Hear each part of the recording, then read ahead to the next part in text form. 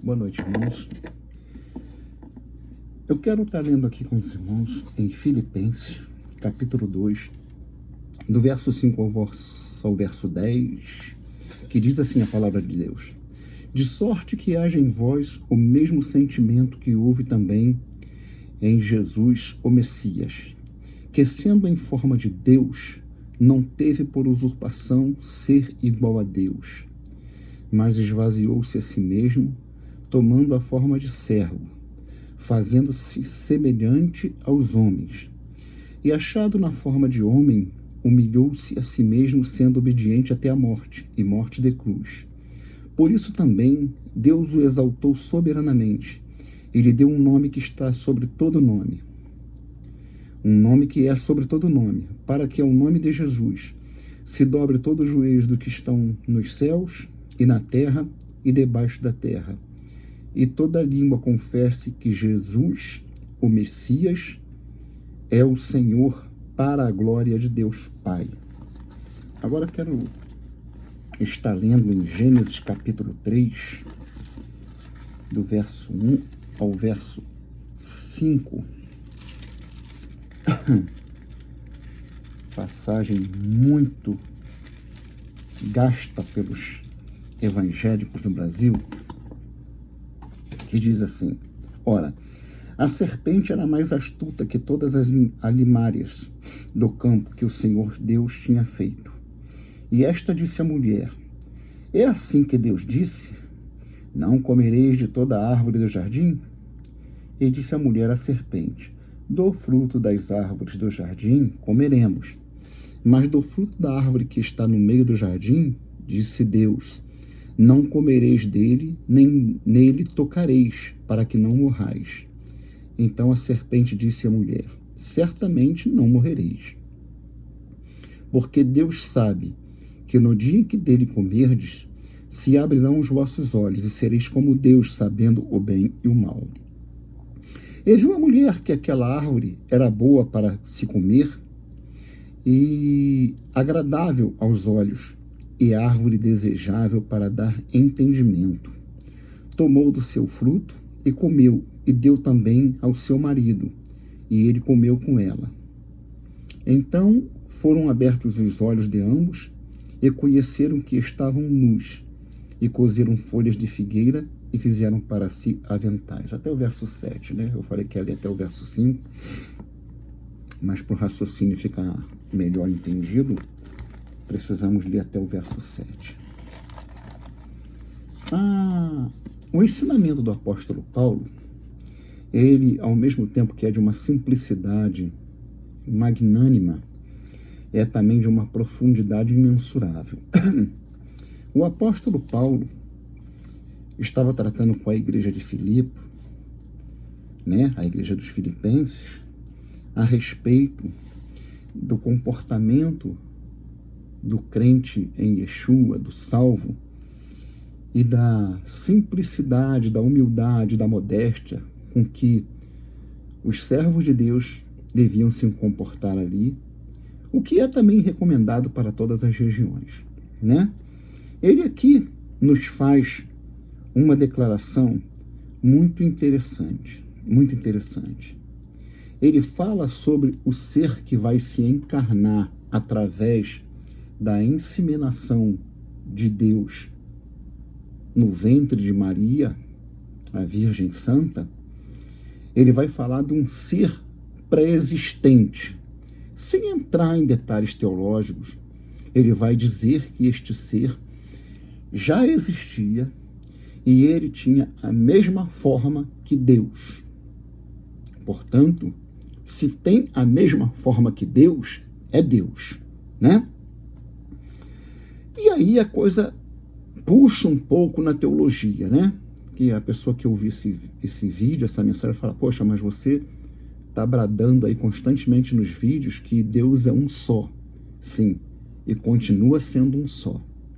É que aqui nós estamos lendo uma Bíblia em português, traduzida do grego, né? Isso é muito importante de se falar, para a mentalidade de brasileiros que nada sabem ou muito pouco sabem, alguns, sobre o pensamento semítico, a forma de pensar e o entendimento que eles tinham sobre Deus, né? E as dificuldades que isso gera para nós, quando nós lemos uma Bíblia traduzida do grego, né?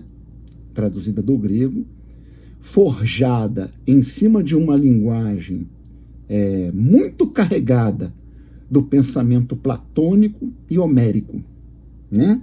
Então eu vou ficar só aí, tá bom? Senão a gente vai fazer aqueles vídeos de tantos minutos que ninguém gosta. E ele diz aqui, de sorte que haja em vós o mesmo sentimento. Vamos começar por aí, né? E ele então, a partir do verso 6, ele vai dizer que esse ser existia em forma de Deus, mas não julgou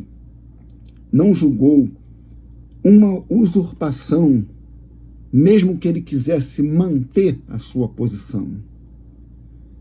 Mas ao contrário disso, ele se esvaziou, né?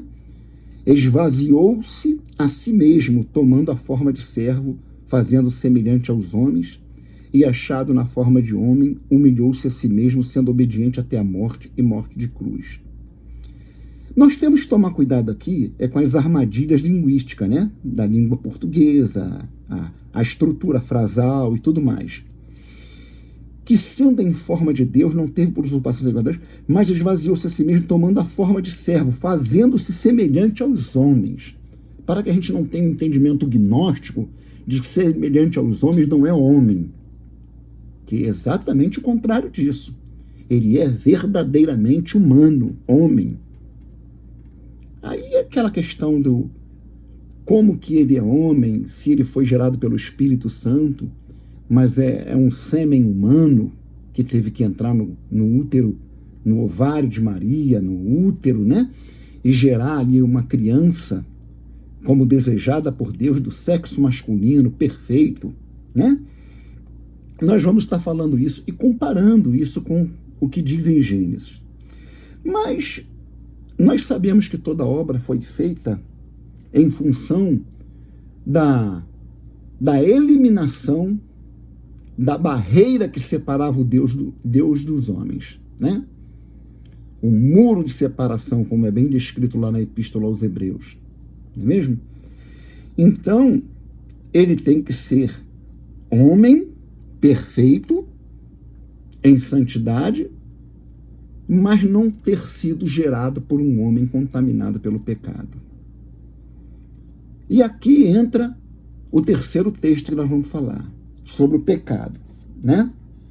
Em Romanos capítulo 5, o apóstolo diz assim, verso 12, portanto, como por um homem entrou o pecado no mundo, e pelo pecado a morte, assim também a morte passou a todos os homens, por isso todos pecaram.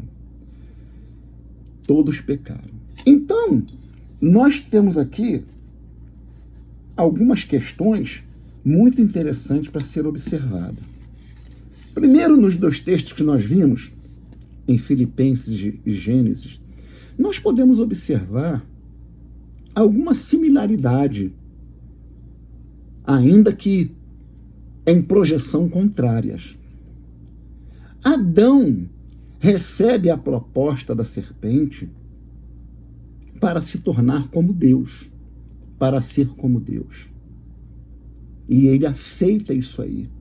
Ele decide rebelar-se contra o decreto que Deus deu a ele, nomeando como cabeça da criação, como um diretor, digamos assim, da criação, e a partir da sua base no Jardim do Éden, conduzir toda a criação, todo o planeta. Ele decide romper isso pela proposta de ser semelhante a Deus. Aqui em Filipenses, nós temos alguém que é Deus, porque é semelhante ao Todo-Poderoso, ao Criador, né? E ele faz exatamente a via contrária. Ele deixa a sua glória, se esvazia para tornar-se humano, tal como todos os homens, e assumindo a forma de servo.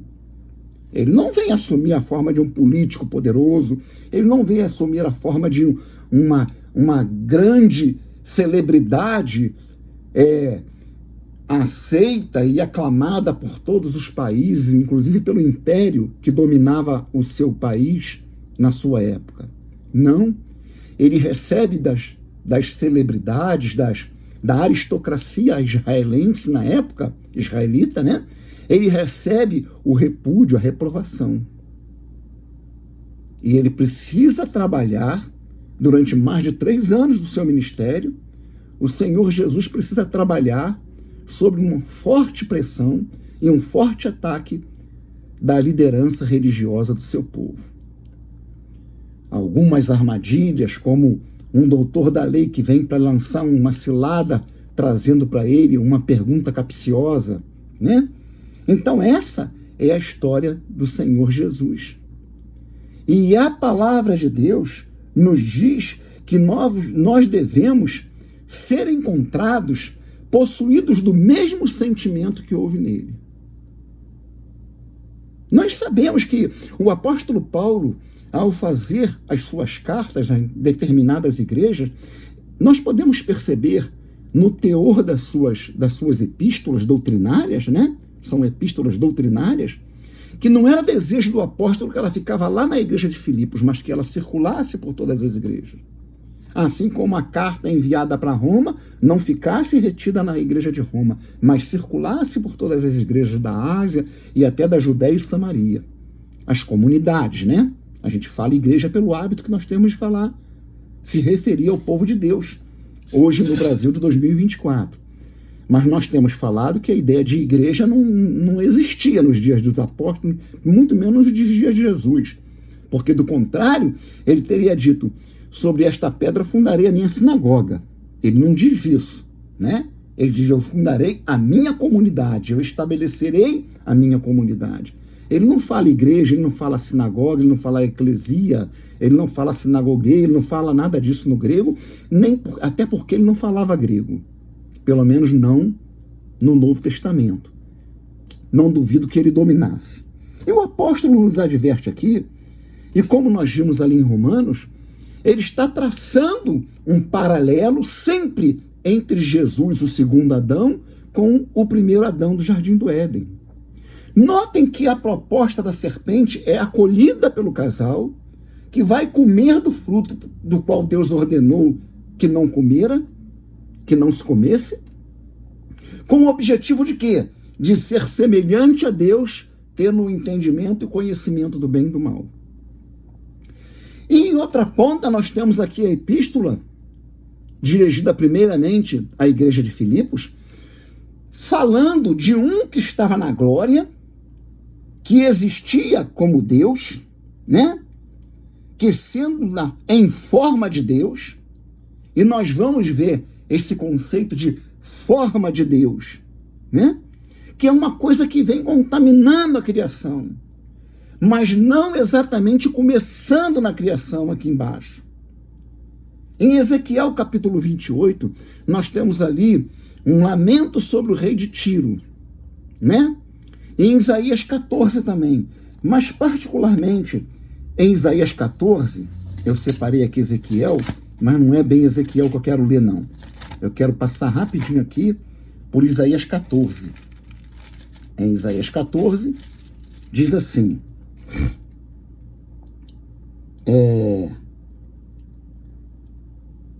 eu vou resumir o texto para não ficar muito longo.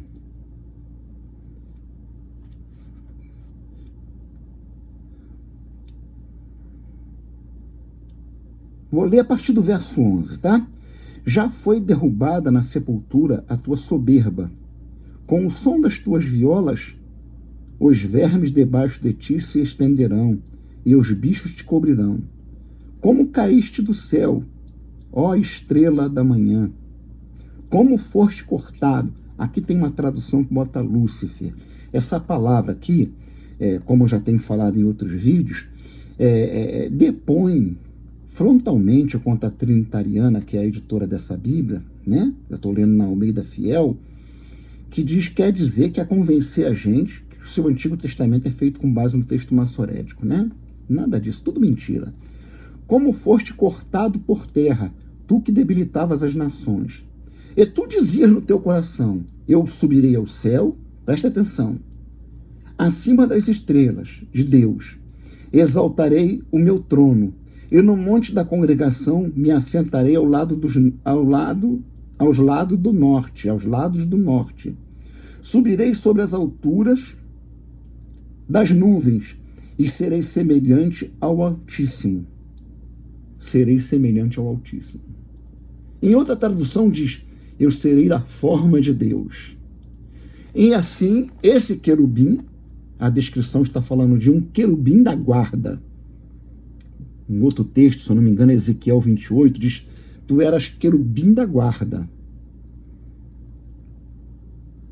E com grande formosura foste criado. Então, nós vamos vendo que há uma sedução espiritual sobre querer ter a forma de Deus, querer ser semelhante a Deus, querer estar em pé de igualdade com o Criador. E ninguém pode ter a forma de Deus, ser semelhante a Deus, estar no mesmo pé de igualdade que o Criador, se não for Deus. E este ser aqui, né, que estamos falando, do ser que antes da encarnação de Jesus viria a ser o Messias, o Senhor Jesus, nos faz refletir sobre a humildade que nós devemos ter, a simplicidade que nós devemos encarnar ao nos apresentarmos como servos de Deus para pregar a palavra de Deus, para falar do amor de Jesus, para falar da salvação em Jesus. Mesmo quando Deus nos usa poderosamente para a sua glória, que tudo que Ele faz através de nós é para a glória do seu nome, nós precisamos ter o cuidado de nos mantermos humildes. Eu não sei se eu já testemunhei aqui, mas em certa ocasião, nós, em um dia que estávamos com nosso filho internado ali no hospital de Realengo, antigo Serve Baby, e lá no quarto ao lado encontrava-se uma mãe com um menino chamado Mateus, família evangélica, e o menino estava com um diagnóstico de leucemia, já confirmado por 3 ou 4 exames consecutivos. E ali eu e minha esposa nos unimos com aquela mãe, muito triste, muito assustada. O esposo, trabalhando na marinha mercante, estava em alto mar, e nós oramos pelo Mateus. E daqui a pouco, quando fomos ver, o Mateus já estava no chão, tinha comido, não comia já há quase 2 dias, comeu a comidinha que tinha chegado para ele, era quase 6 horas da noite. E daqui a pouco os médicos vieram para colher o exame dele, e depois que colheram o exame, vieram assustados, porque o exame tinha dado tudo normal, as plaquetas normais, como se o menino estivesse desfrutando de perfeita saúde. E depois disso os exames se confirmaram por 3 ou 4 vezes, e no outro dia o menino estava tendo alta e indo para sua casa com sua mãe em Niterói. E aquela mulher posteriormente queria que eu e minha esposa fôssemos para Niterói. Dizia ela, vocês vão ficar em nossas casas e vocês vão dar um testemunho na igreja? Eu falei, irmã, não precisa nada disso. A irmã estava lá, fomos nós que oramos. Eu, a irmã e minha esposa. Ou minha esposa, a irmã e eu. Dá glória a Deus, testemunha para a glória do Senhor Jesus. Nós não precisamos ir aí. Não precisamos ter esse trabalho todo. Então, é preciso tomar muito cuidado com isso. Até porque Deus às vezes opera assim, 3 pessoas orando. Ninguém tem a honra, ninguém tem a primazia, não houve nada de imposição de mão, ou um que pegasse vidrinho de óleo para passar óleo na testa da criança. Nada disso. Nós 3 oramos ali, clamamos a Deus, clamamos fervorosamente a Deus, e Deus se agradou em ouvir as nossas súplicas, certamente do coração daquela mãe que estava aflita, e operou o milagre. Talvez em outra ocasião eu conte isso mais devagar, com mais detalhes, né? Mas é uma coisa muito extraordinária quando a gente participa de uma ação de Deus, Deus atuando através dos seus servos que estão reunidos em torno de uma questão e Deus atua ali, é muito maravilhoso. Então, nós precisamos ter ser cheio dessa simplicidade, dessa humildade que foi encontrada em Jesus, que é digna de louvor de pessoas de diversas partes do mundo, de diversas culturas, de diversas crenças, totalmente contrária aos ensinos do Evangelho, mas as pessoas admiram o Senhor Jesus, admiram o comportamento do Senhor Yeshua, admiram a ética dele, a ética moral, a ética jurídica dele, né? Então, nós precisamos olhar dessa forma e entender como nós devemos encarar o Evangelho do Reino dos Céus e o seu apelo ao mundo. Precisamos ter completo entendimento da necessidade de termos a simplicidade e o amor de Deus em nosso coração, essa humildade. Entendermos como que Deus tratou o pecado no sacrifício do Senhor Jesus. E olharmos e percebermos como o coração carnal, o coração de Adão no Jardim do Éden, encara, às vezes, uma proposta sedutora do adversário. E como o Evangelho nos conclama a se espelhar, a nos espelharmos no Senhor Jesus. A nos espelharmos nele, na simplicidade dele, que sendo em forma de Deus, assumiu a forma de servo. Ele não assumiu a forma de qualquer pessoa. Ele não assumiu a forma de um chefe, de um líder, não. Ele apresentou-se como servo, inclusive ensinando a seus discípulos que eles deveriam ser semelhantes a ele. Ele não veio para se servir, para servir. Que ele não veio para ser servido, mas para servir, desculpem. Ele não veio para ser servido, mas para servir. E assim deve ser todo aquele que professa o seu evangelho, que testemunha do seu nome.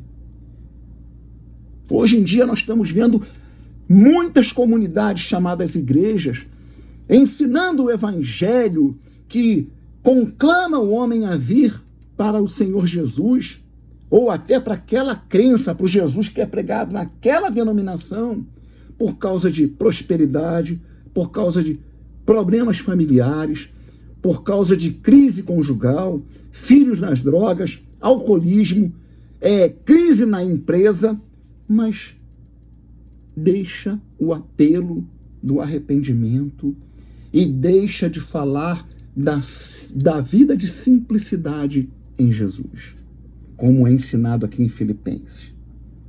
Que haja em nós o mesmo sentimento que houve em Cristo Jesus, que houve no Messias Jesus. Enquanto o Adão do Éden caminha no sentido de querer ambicionar o que não é para si, ambicionar uma posição de ser igual a Deus, achando que ele ia ter conhecimento e domínio, mas ele só teve conhecimento. E mesmo assim, conhecimento muito precário, muito raso. Domínio? Nenhum. O apóstolo Paulo fala no capítulo 7 de Romanos: o bem que eu quero não faço, mas o mal que eu não quero, esse faço. O homem não tem domínio sobre isso. E o segundo Adão, como ele é descrito por Paulo, faz exatamente no sentido contrário. Ele, descendo da sua glória, vem assumir a forma de servo. E humilhou-se a si mesmo, indo à morte. E não é qualquer morte, a morte de cruz. Que possamos, então, aceitar essa proposta do Santo Espírito de Deus através do seu Santo Evangelho e nos mirarmos em passagens como essa, que nos conclama que nos espelhemos nele, em Yeshua, né? Que nos espelhemos na maneira como ele andou, na maneira como ele tratou e na maneira como ele viveu. Como ele era, o seu modo de ser era simples, era humilde, os seus sentimentos eram sentimentos de bondade e de amor para com os amigos e até para com os inimigos. E é isso que a palavra de Deus nos propõe. Que Deus vos abençoe.